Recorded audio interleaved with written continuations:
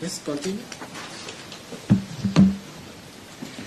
My Lord, if we start with the date, oh, sorry, may I seek your indulgence to draw your attention that Kipe Mungai has joined our team, and also that Monday opening, I'll be assisted by Abna Mango and Willis in responding. My Lord, if you look at the date, on the one by the respondents, it is indicated 21st with ST on top of 21st. So that is the one from yourself? From the respondents. I'm beginning to show the differences. Why we conclude, we say it is a possible forgery. If you look, if you compare with the one by the in support of the petitioner's affidavit, the date 21st has no ST. It's just 21st June 2025. A further difference, 2025 on the petitioner's supporting affidavit is typed, while the 25... I thought you go... Yeah. over the respondents. Okay, let me do that. And when you are done, you now come to the petition. I'll do that. So that there is... It's methodical. Yes. Okay. So the differences, we have noticed several differences. 21st. I had ST to signify 21st. Yes. And the date 2025, 20 is typed, yes. 25 yes. is written by hand. Yes. Then it has 6 items. It ends at number 6.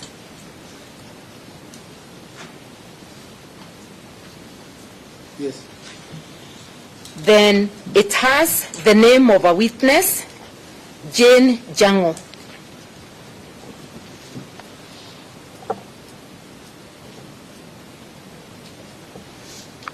Then when you come to the respondents, not to the respondents, to the applicant, to the petitioners. Done with the respondents? I'm done with the respondents. So the differences are? The differences are date 21st does not have an ST, and the year 6. I'm done. I've marked 21st ST. Yes, and then the 2025 is typed wholly. It's not written by hand. Unlike theirs. I'm on the respondents. Oh, we finished with the respondents. I've now started with ours. So I'm confirming that I got you right. Yeah, the differences are 21st ST and 25 written in pen instead of typing. Then the items are 6. The witness, Jane Jango. Mm-hmm. Yes. Okay. Those are the 3 notable things in that one. Mm-hmm. On the one by the petitioner,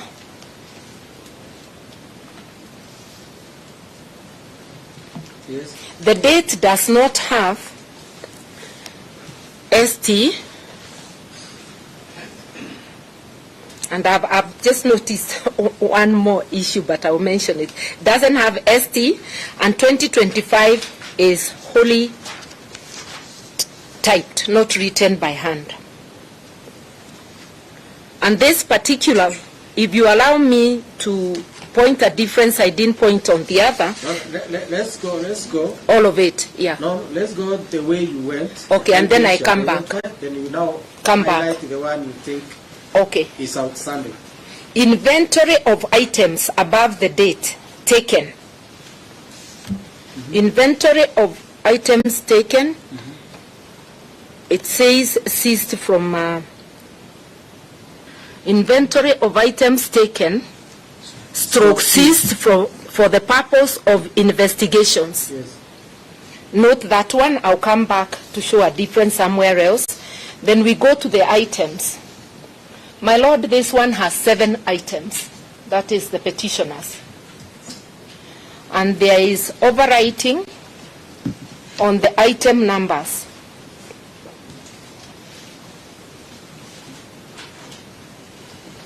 Number 6 is cancelled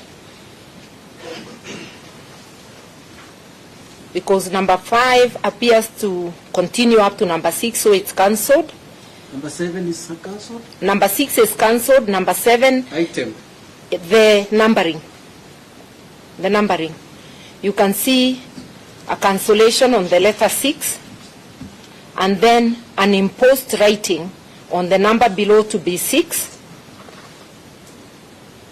A cancellation below number 6, the imposed number 6, and then an imposed number 7. So the petitioners have 7 items and the numbering has been changed. Yes. Then we go. What about witness? Witness, it is cut, but it appears, the signature appears to be there. This one, yeah.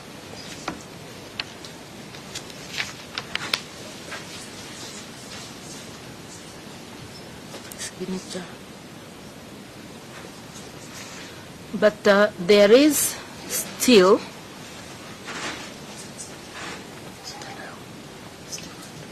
the layout appears different at the end from this other one.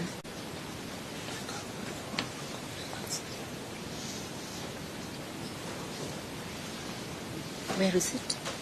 This one.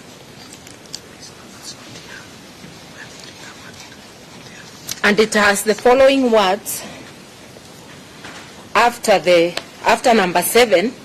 It has recovered from name House of Kinyagia, Ndiangui.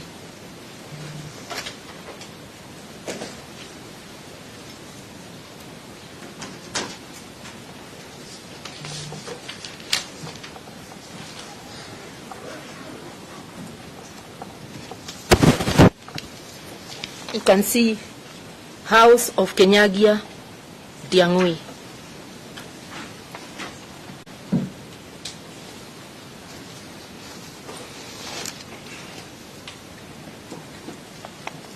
.096 is not there. Sergeant 096. A feature that is also will distinguish the petitioners is the item number 7, which talks of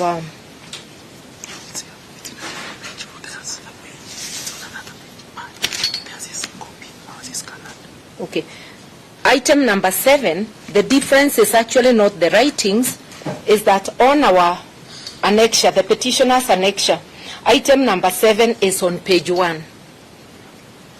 There is no page 2 of the inventory. It's whilst... So the petitioner's documents have only one page? Only one page.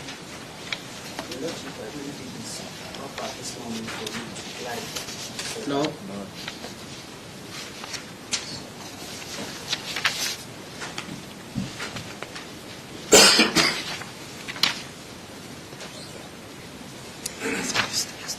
It's one page.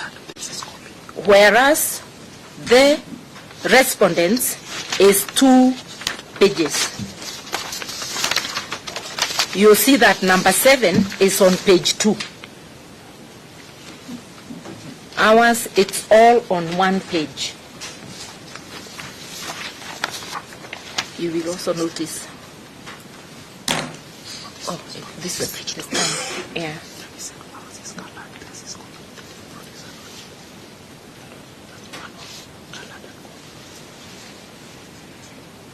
But you see the one with the coat is black and white.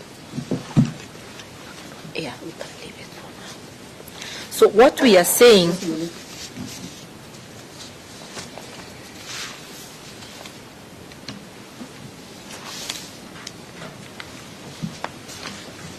you see?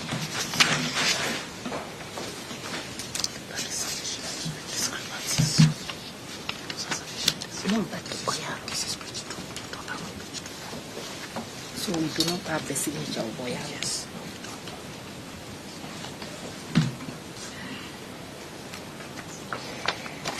This one is not anywhere here. Yes. Yes. It's not there. And this is ceased. This is seen. Where did I see seen? No. No, the word seen.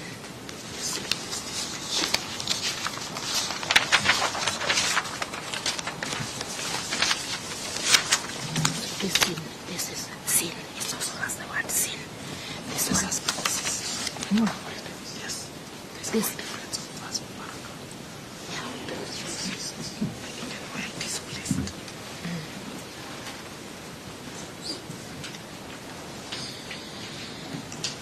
Yes.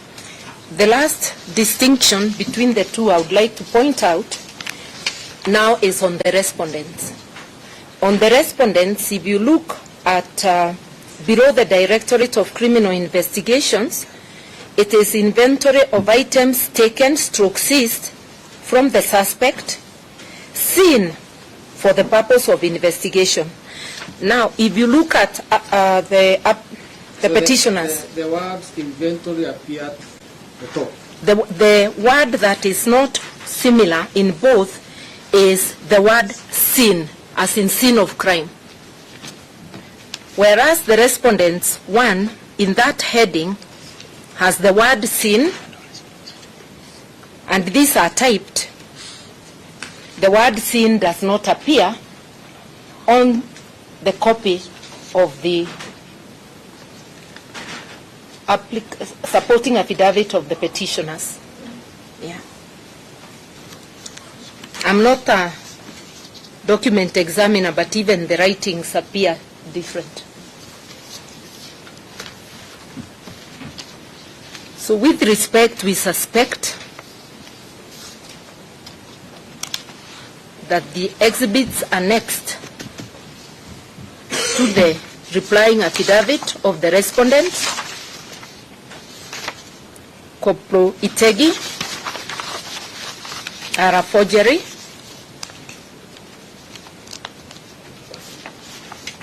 And following the press conference of the second respondent, with respect, we see him as a person of interest, and we would be happy to cross-examine him if he was in court. I do not think, my Lord, that you'll be able to get to the bottom of this matter without his personal appearance and without the appearance of the Inspector General.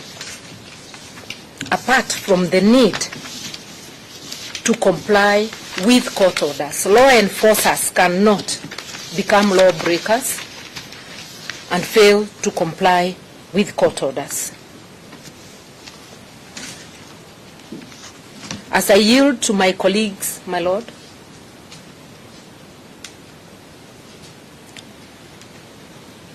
you will note from the documents, and I've already stated it, that Ndiangui, Kinyagia has been missing for the last 10 days. Yes. I just want to say, my Lord, with respect, that it appears, because this is not the first case, that detention without trial is being returned. Kenyans refer to the Kanu era when it happened as the dark days. Those dark days, my Lord, at least the state used to acknowledge it's holding somebody by whipping out a detention order. The detention today, extrajudicial detention, is accompanied by a denial. I'm just wondering aloud, why would we have documents that are so dissimilar that are most probably a forgery? We need an explanation from the two individuals, Inspector General and the Director of Investigations. And I would like to say that any alleged matter said by the caretaker who has not sworn an affidavit and who appears to have made a general statement, not a statement to the deponent. If you look at paragraph 14 of the respondent's affidavit, it says, the said caretaker informed officers that the second petitioner had left the house earlier in company of another man and 2 unknown ladies. He doesn't say he has been told by her, which he verily believes to be true.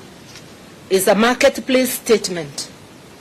He said to the officers, this is hearsay, should be expunged, unless if the lady herself swears affidavit and avails herself for cross-examination. What if the 2 others he left with were an advance party to abduct while the others come back and search? Those are things we can never know. Yes. I sit just down with one proposition. The coincidence of the house being broken into by the police, which they now admit, and my colleagues will be dealing with the illegalities of that, and his disappearance, and the conduct of the DCI and the police generally in this country in matters relating to abduction, leads to the inescapable conclusion that indeed they arrested him and then ransacked his house. I yield to my colleagues.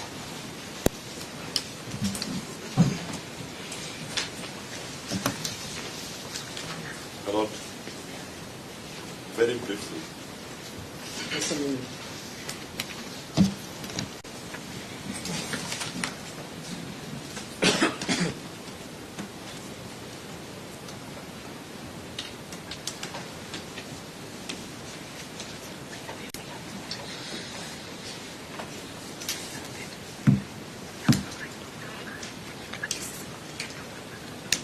Yes, Mr. Jim.